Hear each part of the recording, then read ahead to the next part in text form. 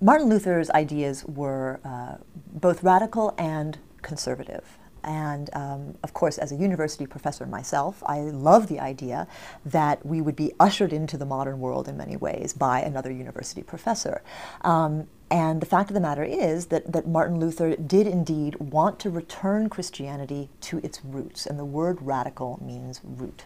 So he wanted to strip away 1,500 years worth of accumulated tradition and get back to the apostolic ministry of Jesus Christ and his disciples, which meant that he wanted to go back. He wanted to treat the Bible, the Christian New Testament, as the only and most direct witness to Christ's teachings, and he wanted to see, if not a rejection, at least a downplaying of the theology of the Church Fathers, St. Augustine, St. Jerome. He wanted to downplay the role of the institutional church, in particular that of the papacy, in order to get back to this clean, this pure evangelical religion. So in that sense, he was extremely radical.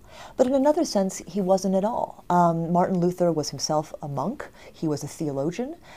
He taught theology to his students at the University of Wittenberg. He was raised in this deeply medieval tradition.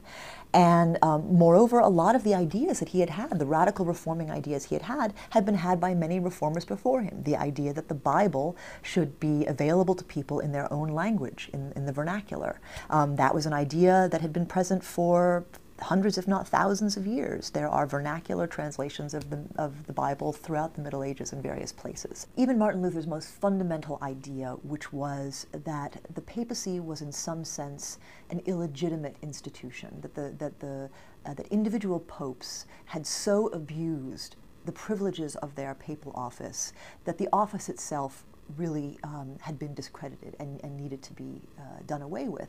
This idea had been thoroughly canvassed 100 years before Luther at the end of the Great Schism, which had divided the church, and there had been 3 or 4 different rival popes all duking it out for papal authority.